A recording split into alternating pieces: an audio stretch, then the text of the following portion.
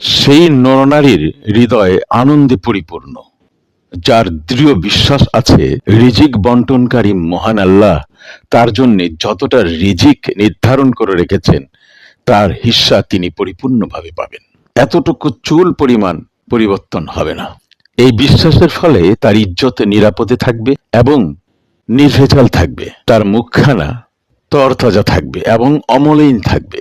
যার জীবনের আঙিনা অল্প তুষ্টির গুণে অলঙ্কৃত হয়, জীবনে তাকে হোঁচট খেতে হয় না এবং পেরেশানি হতে হয় না।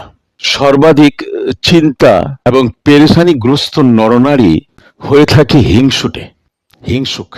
সর্বাধিক কষ্ট এবং অপমান সহ্য করতে হয় লালসাপূর্ণ নরনারীকে। সর্বাধিক সুখী জীবনের অধিকারী হয়ে থাকে সেই সব নরনারীরা যারা অল্প তুষ্টির উপর সন্তুষ্ট থাকে এবং মহান আল্লাহর শুকরিয়া আদায় করে। মহান আল্লাহর শুকরিয়া আদায়ের মধ্যে দিয়ে নিজেদেরকে সন্তুষ্ট থাকে, অর্থাৎ তার কাছে যা আছে তার উপরে সে সন্তুষ্ট।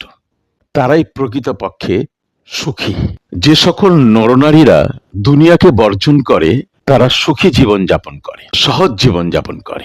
যে সকল নরনারীরা শরীয়তের সীমা লঙ্ঘন করে তারা সবচেয়ে বেশি লাঞ্ছিত হয়, অপমানিত হয়।